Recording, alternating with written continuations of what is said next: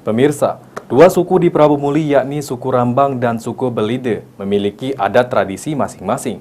Salah satunya tradisi yang masih dilestarikan hingga saat ini yaitu tradisi sedekah di dusun, khususnya di 4 wilayah di kota Prabu Muli.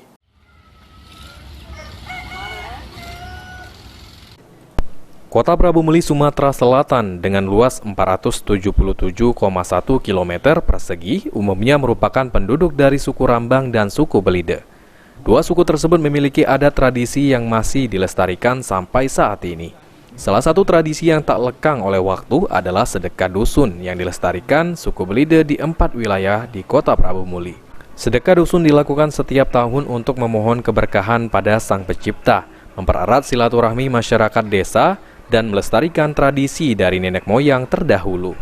Acara sedekah dusun biasanya diadakan di gedung balai adat yang terdiri dari pembacaan ayat suci Al-Quran, pementasan seni tari, dan seni musik leluhur yang turun-temurun.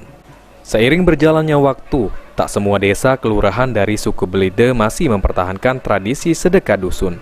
Kelurahan desa yang terpantau masih melestarikan tradisi sedekah dusun yakni Desa Pangkul, Kelurahan Sindur, Cambai, dan Karangjaya. Beni Firdaus, PAL TV.